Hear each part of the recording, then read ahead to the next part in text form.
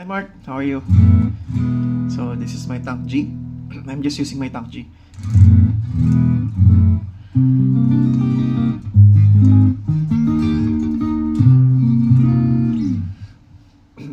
So there's two types of that you can use, live mode and preset mode. Right now, if you press this at the same time, there's a L and there's a preset. So you have 9 preset. Number 1,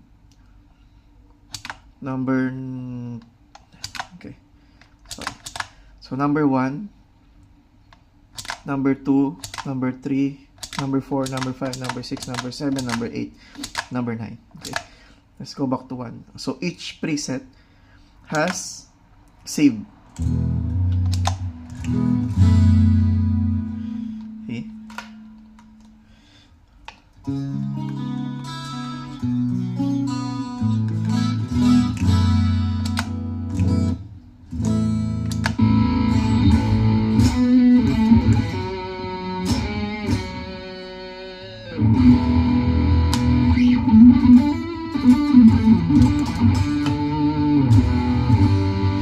And then preset number 2.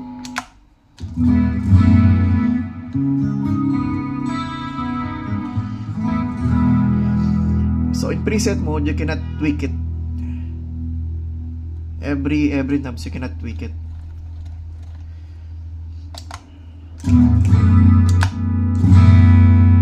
Number 3 preset.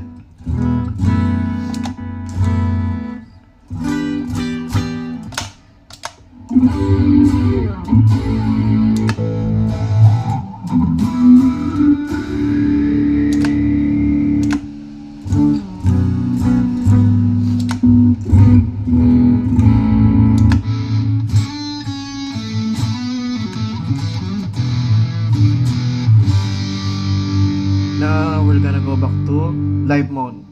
Usually I'm using live mode, which is I'm gonna hold this same time. So you are now in live mode. Preset mode. Preset mode. Okay, I'm gonna go back to number 1. So live mode.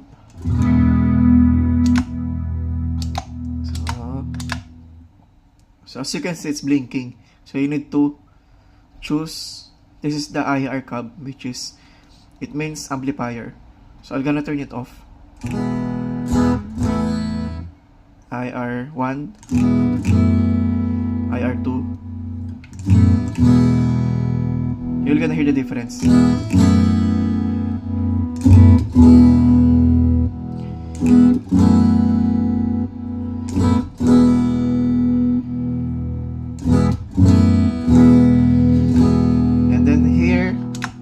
Once you click this, it says reverb.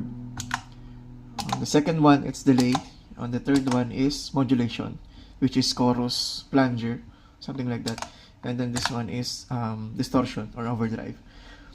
Now, let's start on the first one. Now you can tweak it. I'm gonna turn it off.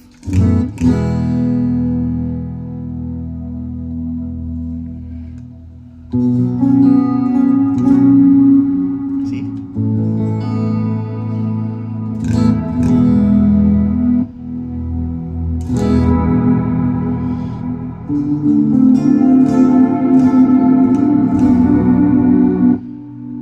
That's number 1, and the second one is delay.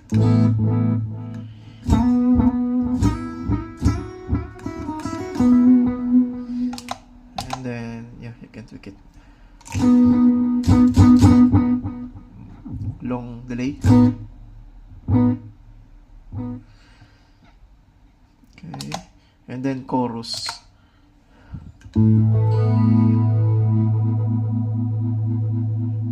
Chorus with the additional reverb or ambient mode.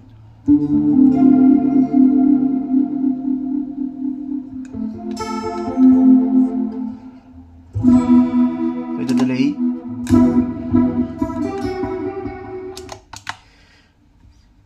Just the chorus.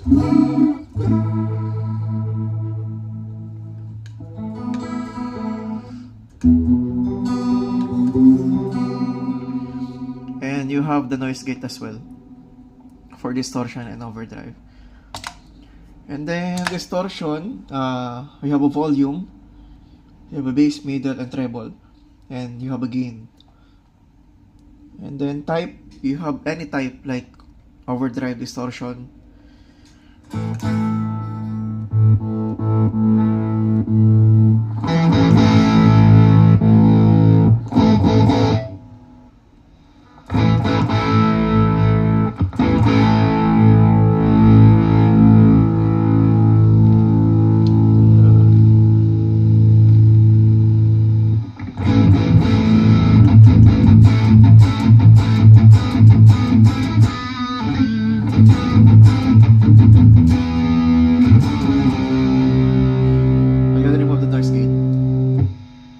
So there's a fuzz sound. Once I turn up the noise gate, it will be gone.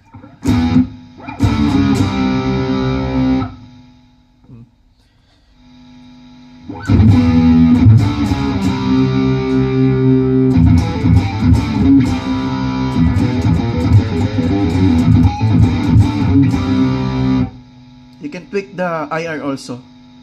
See the difference, huh?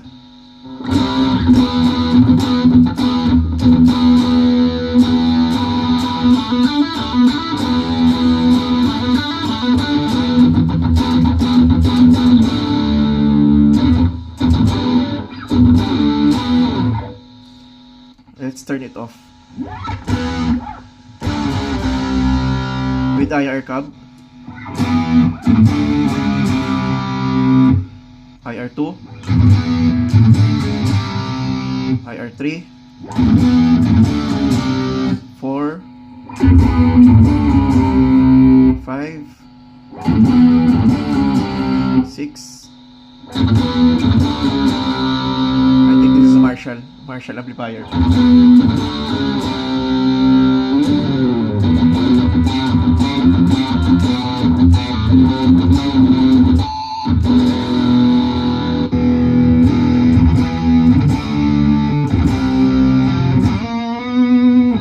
Then you can add like a delay on it if you want.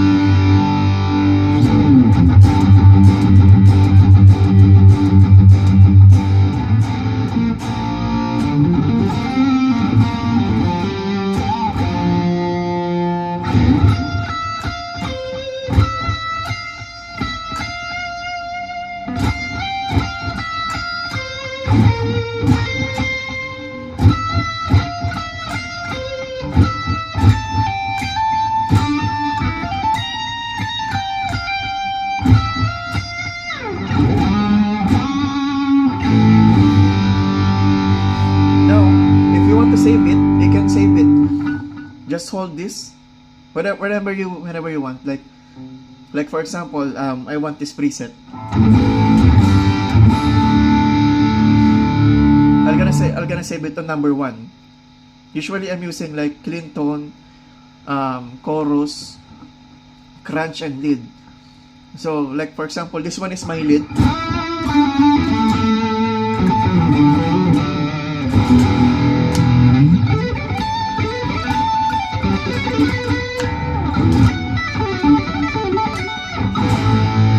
I want to save it here because this is my lead.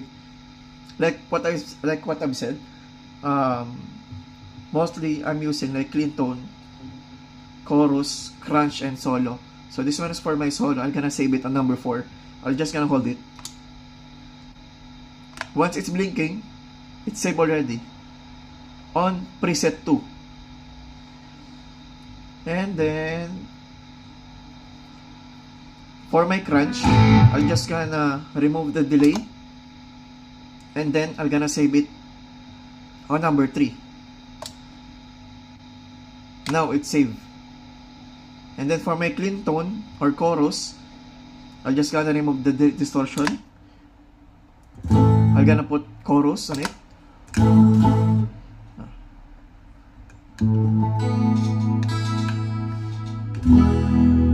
And delay, a little bit delay. I'm gonna hold it again. It's blinking, done. And then this one is my clean tone or bypass. I'm just gonna remove this and then save it here. And then yeah. And then go back to preset mode again. Preset, I save it on preset mode number 2. See? It's my clean and solo. You have it. Clean tone, chorus,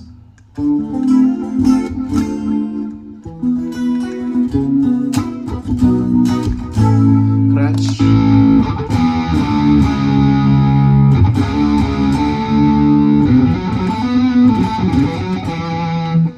solo,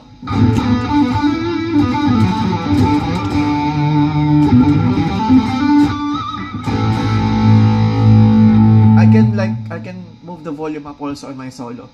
Like for example, I'm gonna edit it. I'm gonna click live mode.